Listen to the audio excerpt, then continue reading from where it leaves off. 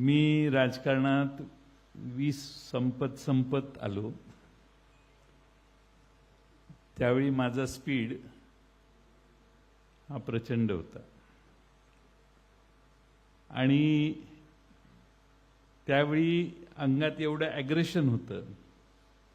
एखादं मतदान चालू असेल तर जाऊन थांबवायचं, एवढंही काम मी केलेलं आहे. मी फार ॲग्रेसिव्ह होतो. जसे दिवस गेले, जसा कालावधी गेला, तसं तात्यांचं ॲग्रेशन टिकलं, माझं हळूहळू मऊ झालं. मी माझ्या आयुष्यातली पहिली विधानसभा लढवली. त्यावेळी घराघरात जाऊन प्रचार केल्यावर मला लक्षात आलं की साखर कारखान्याचं वर्तुळ फार लहान आहे, त्याच्या पलीकडे जग फार मोठं आहे. आणि 2 वर्षांनी मी साखर कारखान्याचा राजीनामा पाठवला. राजकारणामध्ये अनेक चांगले, वाईट, कटू, संघर्षाचे दिवस मागच्या 40-41 वर्षात आम्ही सगळ्यांनी पाहिले.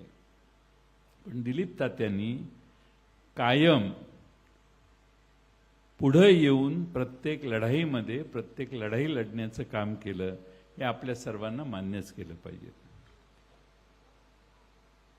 कोणाला अंगावर घेत असताना समोर किती मोठा आहे याचा विचार दिलीप तात्यांनी कधी केला नाही.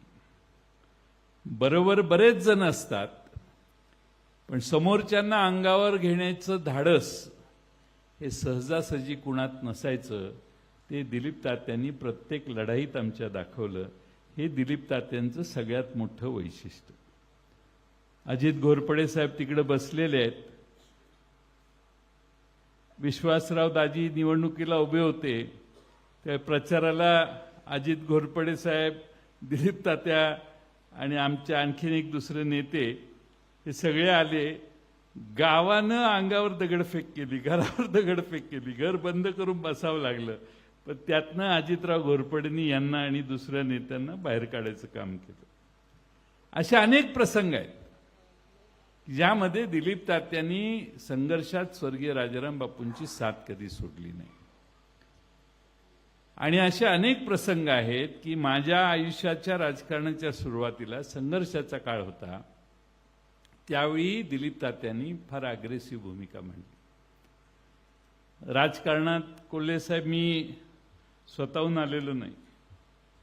हे सगळे जुनी लोक आमच्या आईंकडे गेले. दोघातला एक बोलवा म्हटले. माझ्या थोरल्या भावांनाच यांचं निमंत्रण होतं, मला नव्हतं निमंत्रण. थोरले भाऊ रोजीरोटी कमवणारे आहेत आणि मी मोकळा आहे, म्हणून माझी आई म्हटली जा 2-3 महिने राहा आणि ये परत. म्हणून मी एक बॅग घेऊन आलो आणि मी सारखं सगळ्यांना म्हणायचो मी एक बॅग घेऊन आलो, मी कधीही जाईन. आठवतं का? पण त्या सगळ्या काळात दिलीप तात्या हे सगळ्यांशी भांडायला, सगळ्यांच्या पुढे असायचे. आणि त्यामुळे माझ्या राजकारणाची सुरुवात पावी जगताप, पांडुरंग विठोबा जगताप हे आमचे मार्गदर्शक. एकदा मी सकाळी हायवेनं तिकडनं मुंबईहून आलो. सगळ्या भिंती रंगवलेल्या होत्या. उद्याचा सूर्य जयंत पाटील. मी 21 वर्षाचा हो. यांना फोन केला, म्हटलं काय घरी गेल्यावर इथं, त्यावेळी मोबाईल नसायचे. नाही म्हटले आम्हीच रंगवले. तुम्हीच आमची उद्याची स्वप्न बघायची व्यवस्था आहे, त्यामुळे तुम्हीच तुमच्यासाठीच आणि आता तुम्हीच पुढे आलं पाहिजे. छोटे छोटे प्रसंग आणि अनुभव आणि आठवणी एवढ्या आहेत की मी ज्यावेळी पुस्तक लिहीन तर ह्याच्यापेक्षा माझं पुस्तक चांगलं असेल.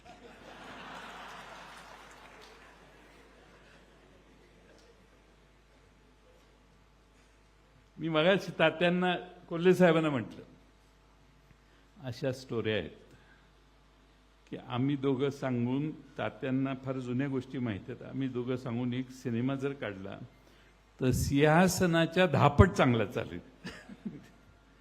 फक्त ते दाखवण्याची प्रोड्युसरला आणि दिग्दर्शकाला तयारी पाहिजे. ते परत मागचा पाय घेता कामा नये. अलीकडचं जग तुम्हाला माहिती आहे. पण तात्या अग्रेसिव्ह राहिले.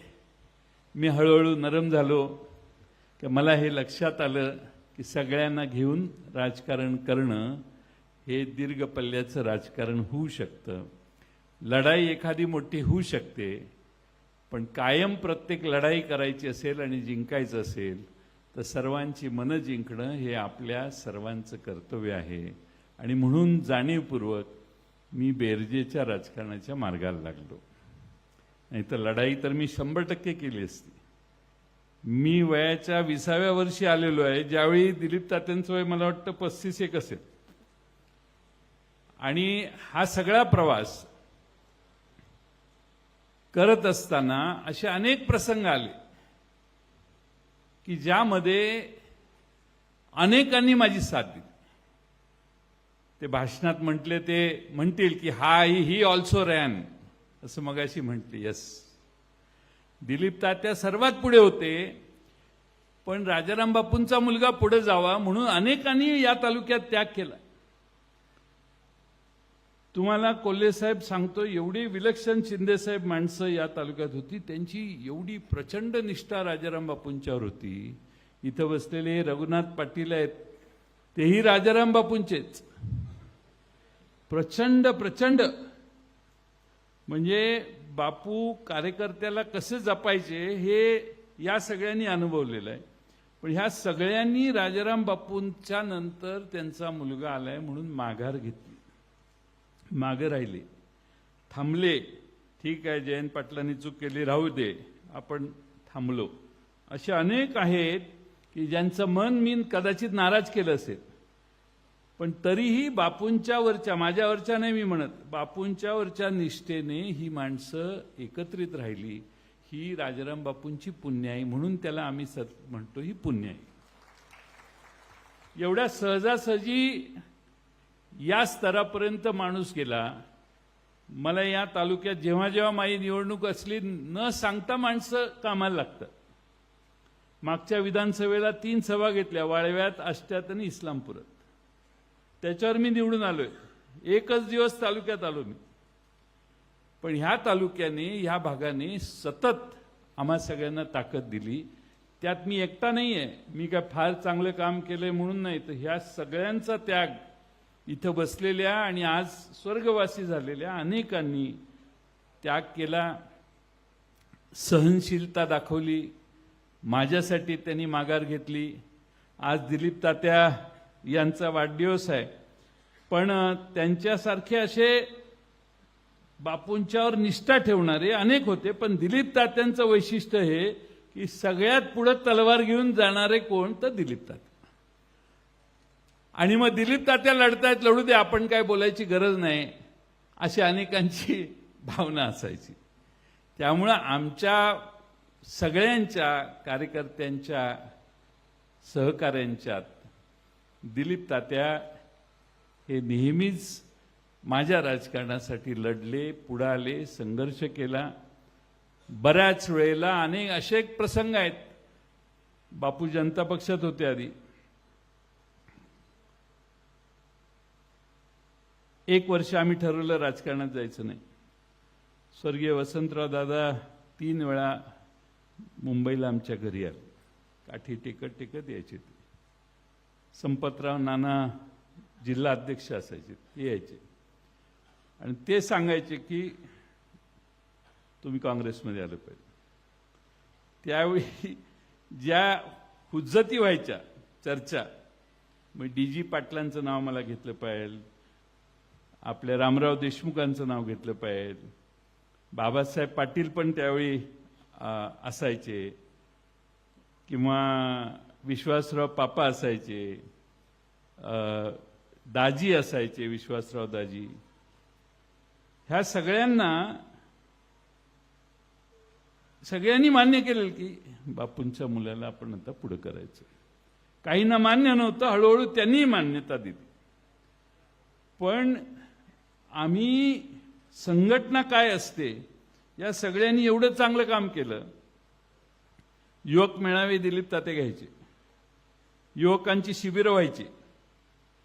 राजेश पायलट एकदा इथं आले, त्यात फोटो आहे दिलीप तात्यांचा आणि राजेश पायलटांचा. राजेश पायलट AICCच्या दिल्लीच्या मीटिंगमध्ये जाऊन सांगितलं की काँग्रेस पक्ष जर आपल्याला वाचवायचा असेल, म्हणजे वाढवायचा असेल, तर वाळवा तालुक्यातली काँग्रेस कमिटी कशी चालते हे तुम्ही जाऊन बघून या. मला पवार साहेब पाटणला आले होते 4 दिवसांनी. मला म्हणते त्या राजेश पायलटवर काय जादू केली जयंत? म्हटलं काय झालं? ते लय कौतुक करत होता तुमच्या काँग्रेस कमिटीचं. सांगण्याचा मतितार्थ असे अनेक सहकारी सवंगडी आपल्याबरोबर राहिले, काही बाजूला गेले, काही परमेश्वराकडे गेले. पण या सगळ्या प्रवासामध्ये दिलीप तात्यांनी अतिशय खंबीरपणानं मला साथ दिली. भावाप्रमाणे माझ्या मागं ठामपणाने राहिले आणि त्यामुळं अनेक कामं सुकर झाली. अनेक कामं ही आम्हा सगळ्यांना संघटितपणानं पुढं करता आली. आज ते म्हणतायत मी निवृत्त झालो, पुस्तकातही शेवटी लिहिलेलं आहे निवृत्त झालो. पुस्तक वाचण्यासारखं आहे. फिडेल याचा अर्थ निष्ठा, आणि निष्ठा ठेवली तर काय होतंय पहिल्याच पानावर लिहिलेलं आहे.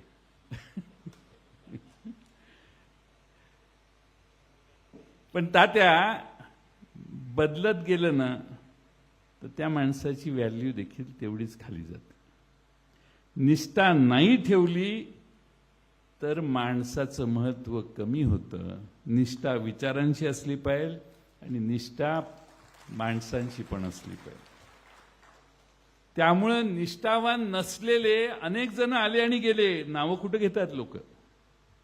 पण तुमच्या वाढदिवसाच्या, तुमच्या पुस्तकाच्या प्रकाशनाला एवढे आणि बाहेर अनेक जण का थांबले आहेत? हा निष्ठावंत माणूस आहे. तात्या काय बोलतो हे ऐकायला देखील या ठिकाणी माणसं आली. आणि निष्ठेला तात्या फार किंमत असते. पद मिळेल न मिळेल मला काय, आता लगेच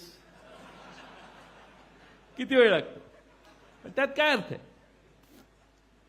निष्ठा मलाही कळते. तुमच्या ज्या वेदना आहेत त्या माझ्याही मनात वेदना आहेत, तुमच्या मायाबद्दल आहेत.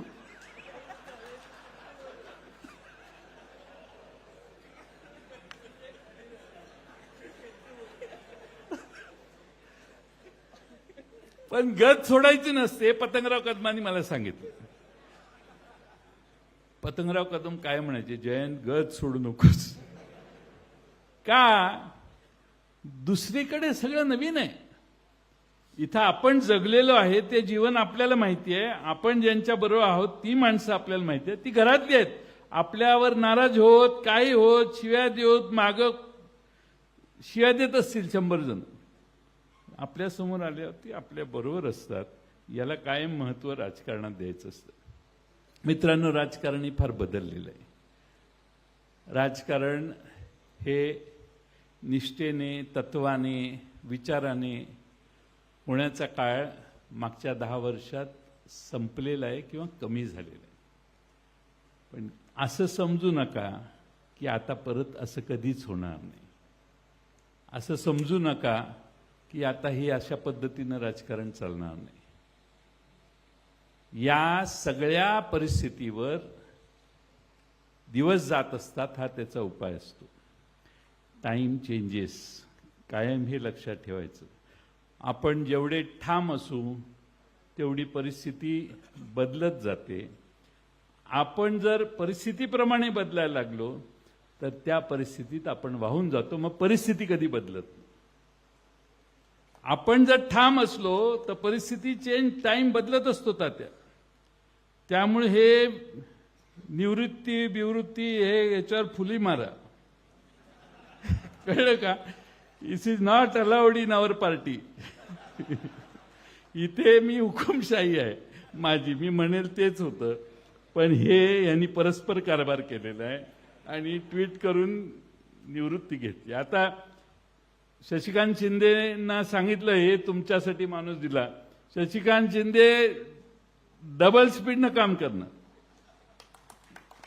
त्यामुळं निष्ठा ह्याला फार महत्व आहे. निष्ठेला जी व्हॅल्यू आहे तात्या ती दुसऱ्या कुणालाही नाही. त्यामुळे पहिल्या पानावर तुम्ही लिहिलेलं वाक्य दिसते ताई, दॅट्स रॉंग. निष्ठा कधी कधी बुडल्यासारखी वाटते, पण पूर येऊन गेल्यावर त्या निष्ठेकडेच लोक बघतात, हे कधीही विसरू नका. आपल्याला सगळ्यांसारखं व्हायचं असेल तर उद्या सकाळी काय रोहित,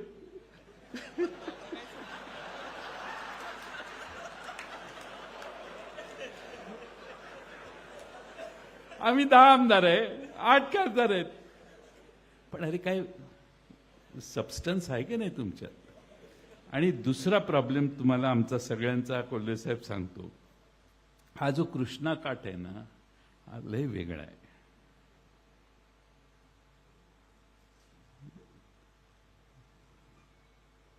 यांच्या भुईंचे वीर किसनवीर तिथं पासून आपले क्रांतिसिंह नाना पाटील ते शेवट या नदीचा होतो सांगलीच्या वसंतदादांच्या तीर्थापर्यंत. ही सगळी दिग्गज माणसं, मी अनेकांची नावं घेईन पण टाइम कमी आहे, ही दिग्गज माणसं या कृष्णेच्या काठावर तयार झाली. या कृष्णेच्या लोकांना संघर्ष करण्याचं बाळकडू ह्या कृष्णेनंच शिकवलं. यशवंतराव चव्हाणही देवराष्ट्रातनं खाली कृष्णेला येऊन डोहात उडी मारायचे, त्यांनी देशाचं नेतृत्व केलं. वसंतराव दादांचं तर मी तुम्हाला सांगायची आवश्यकता नाही. आणि म्हणून कृष्णेच्या काठची आम्ही सगळी माणसं ही कदाचित महाराष्ट्रात इतरांपेक्षा वेगळी आहोत. आणि त्यामुळं आमच्या मनात काय आहे ते सहजासहजी कळत नाही असं लोक म्हणतात.